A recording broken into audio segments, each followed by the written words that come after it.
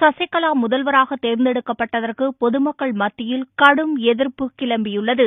முன்னாள் முதல்வர் ஜெயலலிதா எம்எல்ஏவாக தேர்ந்தெடுக்கப்பட்ட சென்னை ஆர்கே நகர் தொகுதி மக்களிடம் சசிகலா முதல்வராக தேர்வானது பற்றி கருத்து கேட்கப்பட்டது. சசிகலா முதல்வராக மக்கள் வாக்களிக்கவில்லை என்று கூறிய மக்கள், ஜெயலலிதாவின் மரணத்துக்கு சசிகலாதான் முழுமுதற் காரணம் என்று குற்றஞ்சாட்டினர். மேலும் சசிகலா மேல் தங்களுக்கு நம்பிக்கை இல்லை என்றும், ஜெயலலிதா அண்ணன் மகள் தீபாதான் ஆட்சிக்கு வரவேண்டும் என்றும் பலரும் கூறினர்.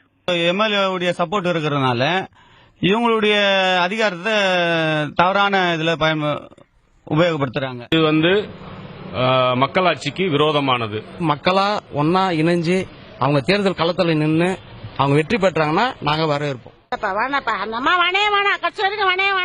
ஜெயலலிதா அம்மாவுடைய தங்கச்சா இல்ல சொந்தக்கார இல்ல பொண்ணா யார் அவங்க வரக்கூடாது. அம்மாவை தவிர அந்த சீட்ல யாருமே உட்கார கூடாது. அப்படி வரணும்னா தீபா வரணும். தீபா அவங்க ரத்தம், அவங்க வருவாங்க. தீபா அம்மா வந்தா ஏத்துக்கு எல்லாம் தயாராகிறோம். தமிழ்நாடு அழியதான் போகுதுன்னு நினைக்கிறேன்.